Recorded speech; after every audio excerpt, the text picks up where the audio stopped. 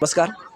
आज आपण बारामती प्रगतनगर एरियामध्ये आलेलो असून येथे सिद्धांत शिक्षण प्रसारक मंडळ बारामती संचलित क्रिएटिव्ह इंटरनॅशनल स्कूल व junior college Baramati foundation school programme विद्यार्थ्यांचे कल्पकतेस चालना देणारे भव्य व दिव्य 2 दिवसीय शालेय विज्ञान प्रदर्शन आज प्राध्यापक DR घाडगे आणि प्राध्यापक प्राध्यापक ST काळे यांच्या मार्गदर्शनाखाली होत आहे. या शाळेमध्ये आपण आलेलो असून या शाळेचे सर नमस्ते. नमस्ते. सर, आपण एवढा विज्ञान प्रदर्शन भव्य दिव्य केलेला आहे, तर यामागचा तुमचा हेतू आणि उद्देश काय आहे? बारामतीमध्ये प्रगतनगर या एरियामध्ये क्रिएटिव्ह इंटरनॅशनल स्कूल व ज्युनियर कॉलेज गेले 10 वर्ष या ठिकाणी काम करते आणि विद्यार्थ्यांना विज्ञानाच्या मार्फत जे काही नॉलेज आपलं या वर्षाचं हे 6. तर आपल्यासोबत आहेत मस्के साहेब. सर नमस्ते. नमस्ते सर.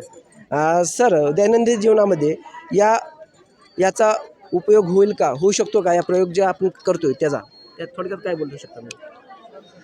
नमस्कार सर. म्हणजे सर्वांचं ह्या विज्ञान प्रदर्शनामुळे तुमचं हे खूप सहर्ष स्वागत आहे. मी मस्के सर. हा जो काही विज्ञान प्रदर्शन भरवण्याचा पाठीमागचा हेतू आत्ता आमच्या प्राचार्याने तुम्हाला सांगितलाच. वर्गामध्ये आपण जे विज्ञान मुलांना शिकवतो ते विज्ञानामध्ये येणाऱ्या बऱ्याच गोष्टी आपण त्यांना त्या ठिकाणी दाखवू शकत नाहीत. त्यामुळे आम्ही त्या मुलांना त्या गोष्टी प्रत्यक्षात कशा उतराव्यात यासाठी आम्ही हे विज्ञान प्रदर्शन भरवलं आहे.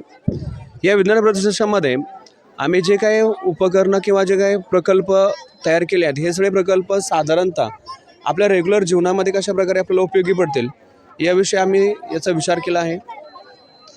शिवाय कमीत कमी खर्चामध्ये हे सर्व प्रोजेक्ट कसे तयार होतील याचा विचार केला आहे. घरगुती जे काही आपण टाकाऊ दिलेले पदार्थ आहेत त्या टाकाऊ पदार्थांच्या माध्यमातून आपण या प्रकल्पांची किंवा प्रोजेक्टची निर्मिती केली आहे. शिवाय यामध्ये शेतीसाठी उपयोगी असणारे काही प्रोजेक्ट असतील, शिवाय औद्योगिकरण असेल, इंडस्ट्री लेवल असेल, बांधकाम विभाग असेल किंवा वेगवेगळ्या क्षेत्रामध्ये पर्यावरण असेल, या ठिकाणी हे प्रकल्प कशा प्रकारे फायदेशीर ठरतील याचा हे विचार मुलांनी ह्या प्रकल्पामध्ये केलेला दिसून येतो आहे. AI टेक्नॉलॉजीचे आत्ता नवीनच आपल्या तंत्रज्ञानामध्ये आत्ता पाय रोवत आहे, त्यावर आधारितसुद्धा मुलांनी बरेच प्रकल्प बनवलेले आहेत. रोबोट असेल किंवा अगदी शेतकऱ्यांना कशा प्रकारे शेती करता येईल किंवा शेतीमध्ये कशा प्रकारे उपयोगी पडतील असे बरेच प्रकल्प तुम्हाला या विज्ञान प्रदर्शनामध्ये पाहायला भेटतील. ते आपण आता पाहूयातच. घेतला. नमस्कार. काळे मॅडम नमस्ते. नमस्ते. काळे मॅडम, आपल्याला प्रश्न आहे की हां, यातून आता हे प्रदर्शन मांडलेलं आहे, केलेलं तयार आहे. यातून कोणती मूल्य रुजवण्याचा तुम्ही यशस्वी आहात असे तुम्हाला वाटते? थोडक्यात प्रतिक्रिया सांगा. खरं तर शिक्षण व्यवस्था ही मुळातच मूल्य रुजवण्यासाठी म्हणून तयार केली गेली आणि सायन्स एक्झिबिशन आज जे हे भरवलं आहे 2 दिवसीय, त्याच्यामागचा महत्त्वाचा हेतू हाच आहे की वैज्ञानिक दृष्टिकोन मुलांमध्ये जागा व्हावा, त्याचबरोबर जिज्ञासू वृत्ती मुलांमध्ये निर्माण व्हावी. कारण प्रत्येक संशोधनामागचा किंवा विज्ञानाच्या विकासामागचा सगळ्यात महत्त्वाचा जर मूल्य कोणतं असेल तर ती जिज्ञासू वृत्ती.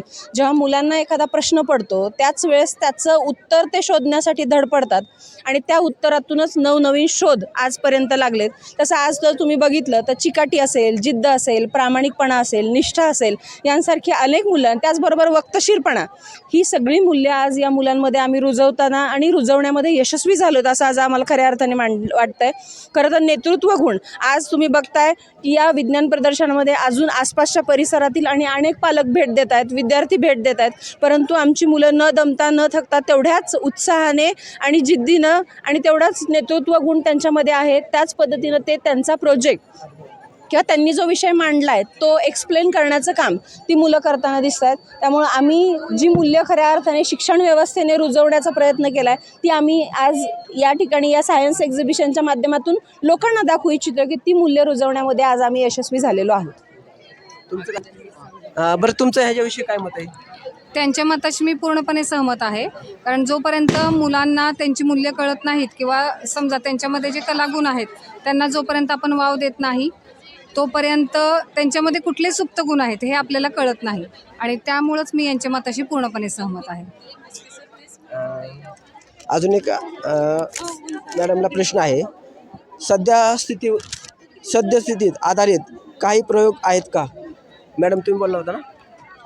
सद्यस्थितीवर आधारित प्रयोग म्हटले, माझं नाव अश्विनी तोडकर. सद्यस्थितीवर आधारित प्रयोग म्हटलं तर मुलांनी खूप छान मोठे म्हणजे छोट्या छोट्या गोष्टींमधून खूप मोठ्या गोष्टी शिकून जाऊ आपण, असे प्रयोग मांडलेले आहेत. जसं की आता रेन इंडिकेटर म्हणून आहे. आत्ता बघतो आपण की सगळ्या महिला घरातून बाहेर पडल्यात, जॉब करतातच. तर जॉब करता करता घरातली कामंही त्यांना करावी लागतातच.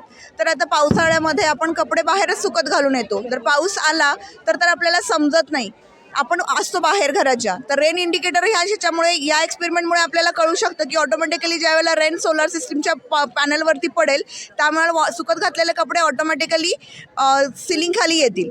अशा प्रकारचा त्यांनी एक प्रोजेक्ट आहे. त्याच्यानंतर हायड्रोलिक बैलगाडी एक त्यांनी तयार केलेली आहे की आत्ता आपण बैलांवरती वजन न येता त्या प्रोजेक्टमुळे ते जे पूर्ण प्रेशर आहे ते सेंटरला मॅनेज केलं जातं आणि बैलांच्या मानेवरती येणारं ओझं कमी होऊन त्यांचाही त्रास कमी होतो. त्याचबरोबर मुलं घरात बघतात की आईला झाडून घ्यायला, पुसून घ्यायला किती त्रास होतो. तर त्याच्याबरोबर त्यांनी एक छोटासा रोबोट तयार केला आहे की जो आपण रिमोट कंट्रोलने ऑपरेट करू शकतो. त्याच्यामध्ये झाडून घेणं आणि पुसूनही घेणं ह्या दोन्ही गोष्टी करू शकतात. त्याचबरोबर एक आमचा छोटा वैज्ञानिक आहे, त्याने हा AI चा रोबोट तयार केला आहे की घरातली जर त्याच्यामध्ये थोडंसं अजून आपण इम्प्रूव्हमेंट केली तर घरातली सगळी कामं आरामात करू शकतो. अशा प्रकारे मुलांनी AI टेक्नॉलॉजीचा वापर करून बऱ्याच गोष्टी दाखवलेल्या आहेत. नमस्कार. मॅडम नमस्ते. आपण हे विज्ञान प्रदर्शन केलेलं आहे, त्या प्रदर्शनामध्ये असं काय आहे की वेगळेपण, की तुम्हाला असं वाटते की आपण सगळ्यापेक्षा वेगळं आमचं नियोजन आहे? नमस्कार, माझं नाव सोनवणे. तर या विज्ञान प्रदर्शनामध्ये वेगळेपण आपल्याला असं बघायला मिळेल की विद्यार्थ्यांनी त्यांच्या वैज्ञानिक कल्पकतेला वाव देऊन वेगवेगळे प्रोजेक्ट हे आपल्यासमोर सादर केलेले आहेत.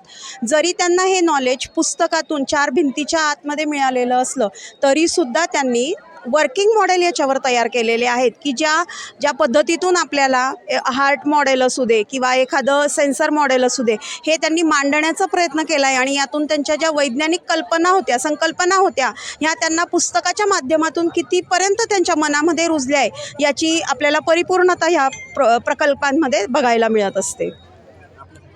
नमस्कार, मी सौ तावरे. सगळ्यात मोठं वेगळेपण जे आहे ते म्हणायला गेलं तर विज्ञान प्रदर्शनाच्या पहिल्याच दिवशी बघायला मिळालं. ओपनिंग जे आपण केलेलं होतं ते इनव्हिजिबल इंक वापरून केलेलं होतं. म्हणजे तिथूनच आपली खऱ्या अर्थानं सुरुवात झालेली होती की त्याच्यावरती स्प्रे मारल्यानंतर मग ते ॲटोमॅटिक त्याच्यावरचे वर्ड्स जे होते ते दिसलेले होते आपल्याला. जर तुम्हाला तो व्हिडिओ अवेलेबल झाला तर त्यातूनच म्हणजे अगदी डे किंवा फर्स्ट मोमेंटपासून ते वेगळेपण होतं ते जपण्यात आलेलं होतं. सगळ्यात महत्त्वाचा अजून एक पॉईंट आहे तो म्हणजे मुलांनी अत्यंत माफक खर्चात याच्यामध्ये जे प्रोजेक्ट्स आहेत किंवा ज्या रेग्युलर गोष्टी आपल्याला सहजपणे अवेलेबल होतील, म्हणजे इव्हन जर बघायला गेले तर व्हील्स करण्यासाठी मुलांनी आपले बॉटलचे जे टोपण आहेत त्याचा वापर केलेला आहे. म्हणजे असं नाही की भरपूर खर्च करून त्यांनी इथं मांडण्याचा प्रयत्न केलेला आहे, तर नाही आहे त्या गोष्टींमध्ये अत्यंत उत्कृष्ट पद्धतीचे प्रोजेक्ट्स इथं त्यांनी तयार केलेले आहेत. सगळ्यात महत्त्वाची गोष्ट आहे की AI ही टेक्नॉलॉजी अजून जगालाही माहिती नाही आहे जास्त प्रमाणामध्ये, तर त्या टेक्नॉलॉजीचा वापर करूनही त्यांनी इथे प्रकल्प सादर केलेले आहेत. आणि असंही काही नाही, म्हणजे प्रोजेक्टची संख्या हेच वेगळेपण आहे की जवळपास 150 प्रोजेक्ट आपल्या ह्या सायन्स एक्झिबिशनमध्ये आपल्याला बघायला मिळणार आहेत. हे एक वेगळेपण त्यामध्ये आहे आणि मुलांना आपण जास्तीत जास्त वाव देऊ त्या पद्धतीनं ते कसे विकसित होतील की जे प्रोजेक्ट फक्त कागदामध्ये किंवा पुस्तकांमध्ये असतात त्यांना प्रत्यक्षात कसं वापरता येईल, हे यामधून मुलांचं नॉलेज जे आहे ते आपल्याला इथं दिसून येतं. हेच या सायन्स एक्झिबिशनचं वेगळेपण आपण म्हणू शकतो. आपले विद्यार्थी परीक्षार्थी न बनता ज्ञानार्थी बनावेत हाच आपला हेतू आहे.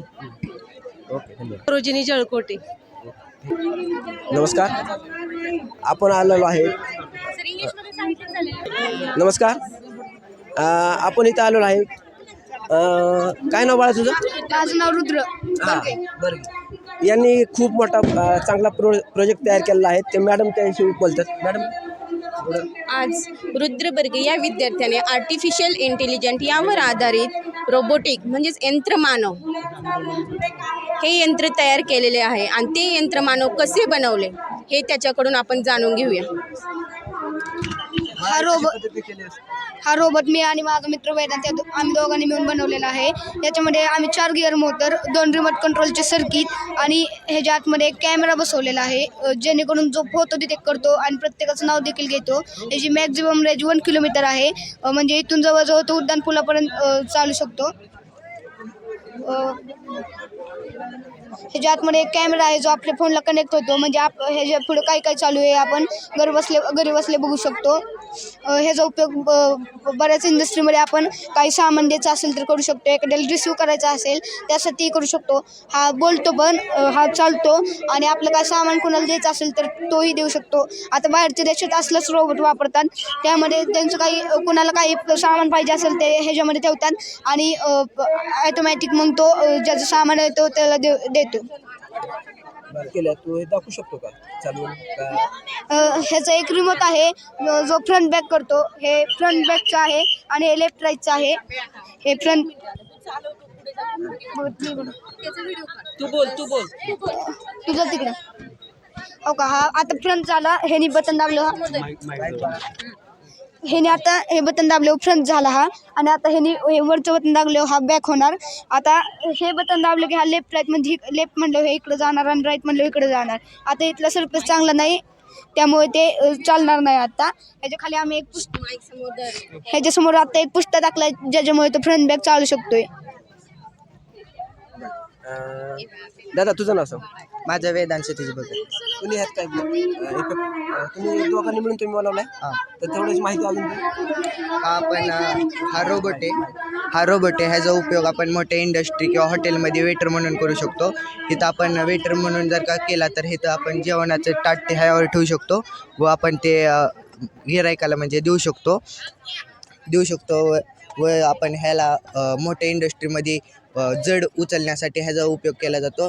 म्हणजे आपण हा आता साधा केला आहे, बाहेरच्या देशात ह्यापेक्षा ॲडव्हान्स टेक्नॉलॉजीमध्ये असतात, त्यामुळं आम्ही सध्या तरी आता असं साधा केलं आहे. ह्यात आम्ही भरपूर काय वापरले. इथं लाईट आहे, इथं ही म्हणजे हे पण लाईट आहे, इथं कॅमेरा आहे, सेन्सर आहेत, खाली चाकं आहेत.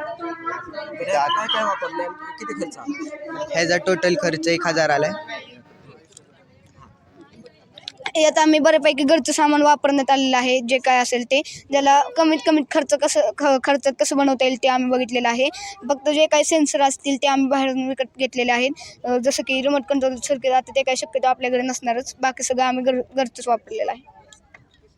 विज्ञान प्रदर्शनाच्या इथं आलेलं असून आपण ताईंना विचारूया. ताई, तुम्ही सोलर कुकर बनवलाय बरोबर आहे, तर त्याचं वर्किंग कसं असतं ते सांग बरं जरा व्यवस्थित. माझे नाव अन्वेषा रवींद्र साबळे. हे अंतर्वक्र आरसा आहे. हा आरसा ह्याच्यावरती सूर्यप्रकाश पडल्यावरती इथं येऊन तो हीट निर्माण करतो. हे इथं बघू शकता.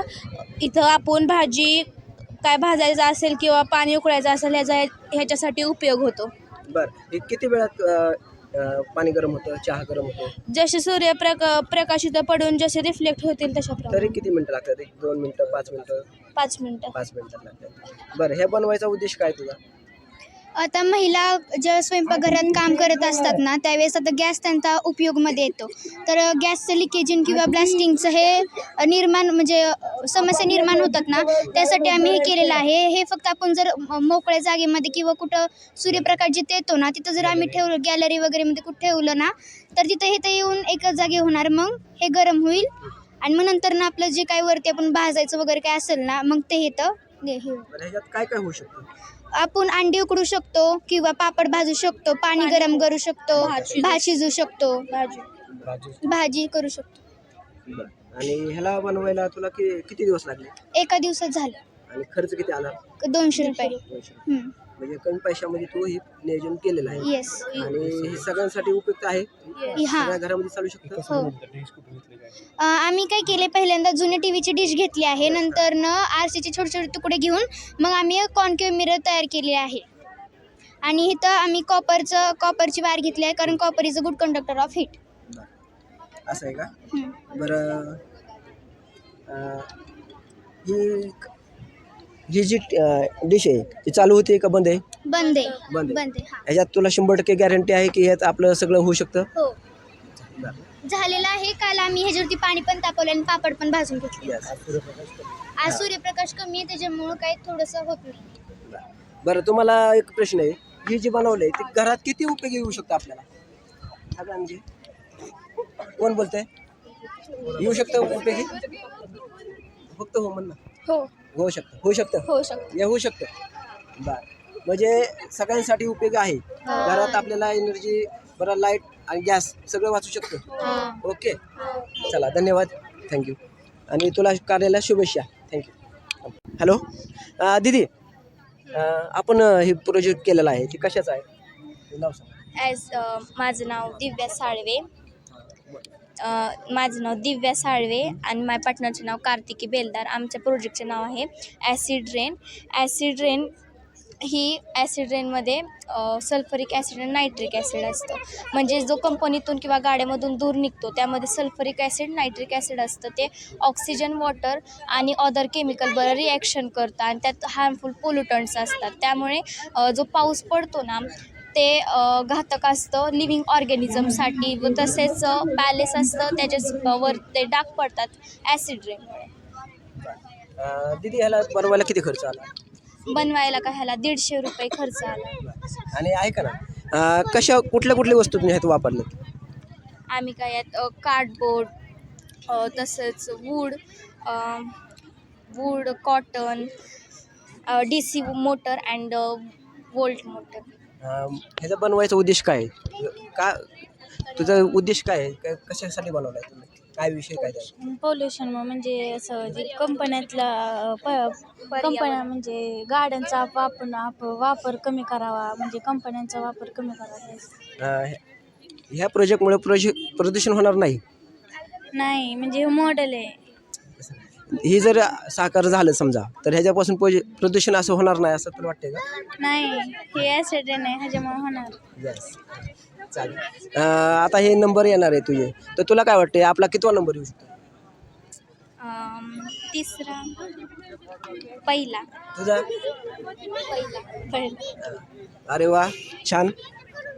तर सगळ्यांनाच अपेक्षा आहे की पहिला नंबर येणार आहे. आपण ह्याच्या पुढची बाईट घेऊया. इकडे आलेलो आहे. दीदी नमस्ते. आपला हे जे प्रोजेक्ट बनवला आहे ते कशा संदर्भात आहे? Human brain. तर ह्याच्यातून तुला काय सांगायचं? Human brain is the most evolved brain and it is the complex organ in our body. There are three main types of our brain, parts of our brain, cerebrum, cerebellum and medulla. Cerebrum controls our voluntary activities. Cerebellum controls our balance, human balance and medulla control our involuntary activities. ह्याच्यातून तुला काय सांगायचं? Brain also contains 4 lobes: frontal lobe, parental lobe, occipital lobe, and temporal lobe. Frontal lobe controls voluntary movements. Parental use your senses like touch, smell, and smell. Occipital lobe controls visualization and image creation. Temporal lobe controls emotions and language processing. Thank you. हे बनवायचा उद्देश काय तुझा? तुला काय सांगायचं ह्यातून? जे की आपला जो ह्युमन ब्रेन आहे, जसं की आपल्याला मोबाईलमुळं बरेच डिसीज होतात. ब्रेन रॉट होतं, झॉम्बी स्क्रोलिंग होतं. त्यामुळं ब्रेनचे आपल्याला फायदे काय आहेत ते सांगण्यासाठी. तुला ह्या प्रोजेक्टमध्ये किती गॅरंटी की आपला किती नंबर येऊ शकतो? येऊ शकतो पहिला, दुसरा. तुला काय वाटतं? तुला किती येऊ शकतो? पहिला येऊ शकतो, म्हणजे आम्ही तसा पूर्ण प्रयत्न करतो. गॅरंटी तुला? Yes. अरे वा छान. तुला या कार्यासाठी दोघांनाही शाबासकी. धन्यवाद. नमस्ते दादा, तुम्ही काय प्रोजेक्ट केला आहे मला त्याला व्यवस्थित सांगू शकतो का? सर आता आपल्याला माहीत आहे कितीतर जण ना रॉंग साईडनं गाडी चालवतात. माझं नाव संस्कार शहाजी पत्ता आहे. मी आता 8वी विद्यार्थी आहे. मी एक असा प्रोजेक्ट केला आहे की तो आजकाल उपयोगास ठरू शकतो. आता आपल्याला माहीत आहे काही जण रॉंग साईडनं गाडी चालवतात, त्याच्यामुळं दररोज किती जर ॲक्सिडेंट होतात. म्हणून हे ना रॉंग साईडनं गाडीला ऑब्स्टॅकल म्हणून काम करतं सर. आणि जर इकडच्या साईडनं जर गाडी आली ना, हे स्प्रिंगमुळं आरामशीर गाडी निघून जाऊ शकते. मी इथं स्प्रिंगचा उपयोग केला आहे. जर इथं स्प्रिंगच्या ऐवजी पिस्टन माहीत असतील ना, फ्री पिस्टनचं एक मॉडेल आहे FP4 पिस्टन म्हणून. ते जर पिस्टन आपण यूज केलं ना, जे आपण गाडी याच्यावर पास होईल ना सर, इलेक्ट्रिसिटी जनरेट होणार. मग ते इलेक्ट्रिसिटी ना आपण स्टोअर करून वापरू शकतो. कारण की आपल्याला माहीत आहे आजचा काळ हा इलेक्ट्रॉन्सचाच आहे आणि इलेक्ट्रॉन्सला इलेक्ट्रिसिटी मस्ट आहे. मग ती कोल बर्न होऊन आपण आजकाल इलेक्ट्रिसिटी जनरेट करतो. परत मग कोल बर्न केल्यावर कार्बन रिलीज होतं. त्याच्यामुळं ग्लोबल वॉर्मिंग असे इश्यूज पुढे येतात. त्यामुळे मी बनवलं आहे. हे आपल्याला फ्री इलेक्ट्रिसिटी तयार करून देत आहे सर. आणि फ्री इलेक्ट्रिसिटी आपण स्टोअर करून लॅम्प्स म्हणा नाही तर डेली यूजसाठी आपण वापरू शकतो सर. Thank you sir. हे प्रोजेक्ट तुझ्या डोक्यात कसा आला? सर हा प्रोजेक्ट ना मला रोडवरनं चालताना आला की काही जणांना रॉंग साईडनं आपली जी तरुण पिढी आहे ना ती रॉंग साईडनं ओव्हर स्पीडिंग करत आहे सर. कारण की त्यांना आता काय आहे, ओव्हर स्पीडिंग करताना ना ॲक्सिडेंट होतात वगैरे. आणि इलेक्ट्रिसिटीच नंतर आला, पण मला आधी हे डोक्यात आलं की रोडवरनं चालताना ना माणसांना अशी भीती वाटते की कुठं ॲक्सिडेंट होईल का, कुठं असं होईल का, त्यामुळं सर. बरं, तर तुला काय वाटतं हे भारतात लवकर चालू व्हायला पाहिजे? हो सर, मला तर हे वाटतं भारतात चालू व्हायला पाहिजे सर. भारतात हे चालू झालं आहे गुजरातमध्ये वगैरे, फक्त हे चालू आहे. याच्यापासून इलेक्ट्रिसिटी जनरेट करत नाही. जर याच्यापासून इलेक्ट्रिसिटी जनरेट करायचं जर चालू केलं ना सर, हे बेस्ट होईल. कारण की आपल्याला परत कोणती गोष्ट बर्न करायची गरज पडणार नाही इलेक्ट्रिसिटी जनरेट करायला, आणि इलेक्ट्रिसिटीची कमतरता भासणार नाही सर. बरं, तुझं भविष्य काय आहे? तुला काय वाटते? तू इंजिनियर, डॉक्टर, वकील अशा प्रकारे कुठल्या प्रकारचं तुझं नियोजन आहे? सर मला तर आधी इंजिनिअरिंग करायची IIT मधून. परत मला स्पर्धे परीक्षेत उतरायचं आहे सर. बरं, तू राहणार कुठला? मी राहणार भांडगाव सर, इंदापूर. बरं, हॉस्टेलला राहतो. तुझे आई वडील आलेत का इथं? आई वडील नाहीत सर. बरं, आई वडिलांना काय म्हणू शकतो, संदेश देऊ शकतो तू? इथून काय बोलायचं तुला आई वडिलांना? काय नाही, तुला ऐकतात, आई वडील ऐकतात तुला? हां, काय नाही सर, एक नंबर आहे क्रिएटिव्ह अकॅडमी. याच्या आधी इतकी भारी अकॅडमी कधी पाहिली नव्हती. हॉस्टेलची मेसची एक नंबर सोय आहे सर. तर चांगला मी वडिलांना तुम्ही काळजी करू नका, हा मुलगा एक नंबर काढून हा इंजिनियर्स होणार आहे, असं त्याचं भविष्य आहे. ओके, तुला काय वाटतंय? तुला हा कितवा प्रोजेक्ट येऊ शकतो? पहिला, दुसरा, तिसऱ्यामध्ये कुठला? सर मी नंबर यासाठी प्रोजेक्ट केला नाही सर. नंबर येण्यासाठी प्रोजेक्टच केला. प्रोजेक्ट नाही केला तर मग तू परत मागच राहणार. मला सर माझा उद्देश पहिला का दुसरा? सर पहिला. यस, पहिला येणार. येस. Okay, thank you. हॅलो, आपण आलो आहे अविराजकडं. अविराज, नमस्ते. नमस्कार. अरे, तू कुठला प्रोजेक्ट केला? हे eco friendly management of city and village. त्याची थोडक्यात माहिती दे. तर काय आहे, हा eco friendly management of city and village आहे. तर इकडं आपलं शहर आहे आणि इकडं गाव आहे आणि मध्ये अशी नदी. तर आपण काय केलं आहे, नदीवर एक डॅम बनवला आहे आणि डॅममध्ये टर्बाईन्स आहेत. म्हणजे काय होणार, टर्बाईन्स थ्रू इलेक्ट्रिसिटी जनरेट होणार. मग ते आपल्याला ह्याच्या थ्रू इकडं शहराला पण देता येईल आणि इथं गावाला पण देता येईल. आता इथं आम्ही एक ब्रिज बनवला आहे. कारण काय होतं, कधी कधी नदीला पूर येतो किंवा पाण्याची पातळी वाढल्याने ब्रिज वाहून जातात किंवा ब्रिजवर पाणी साठल्याने वाहतूक व्यवस्था थांबते. तर त्याच्यासाठी हा ब्रिज काय करतो, जेव्हा पूर येईल तेव्हा हा ब्रिज वरती येणार असा.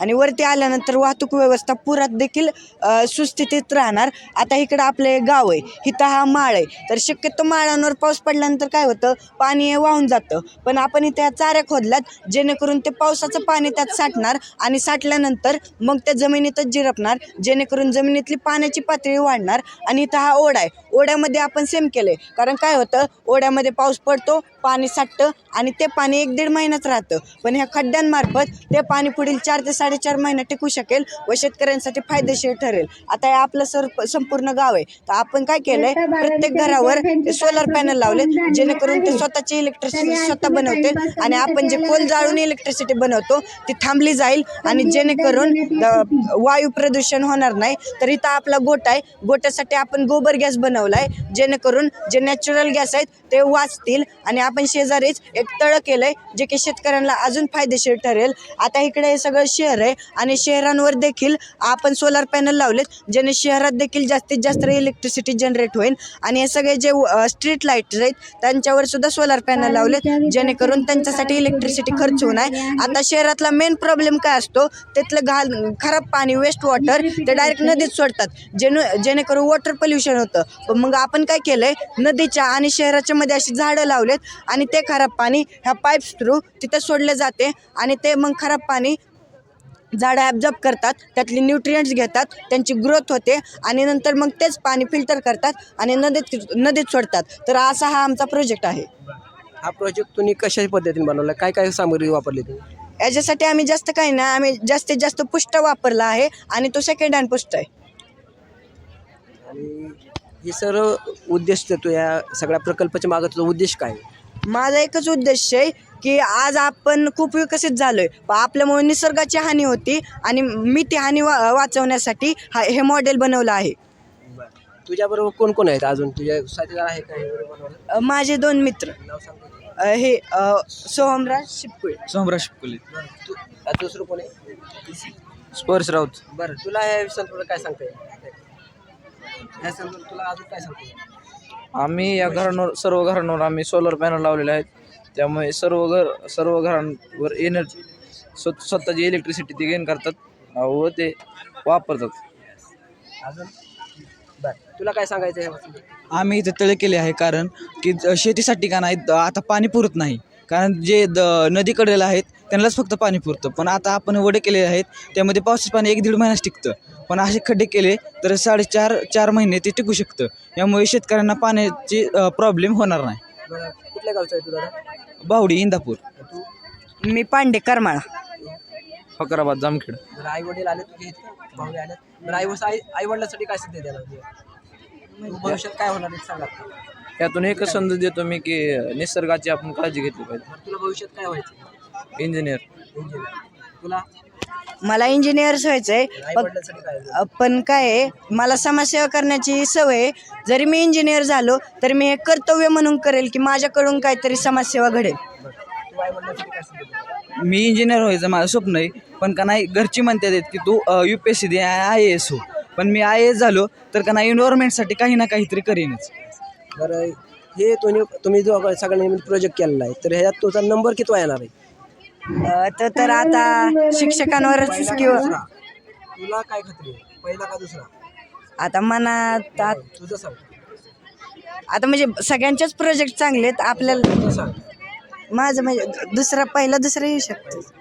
तुला पहिला दुसरा येऊ शकतो ते.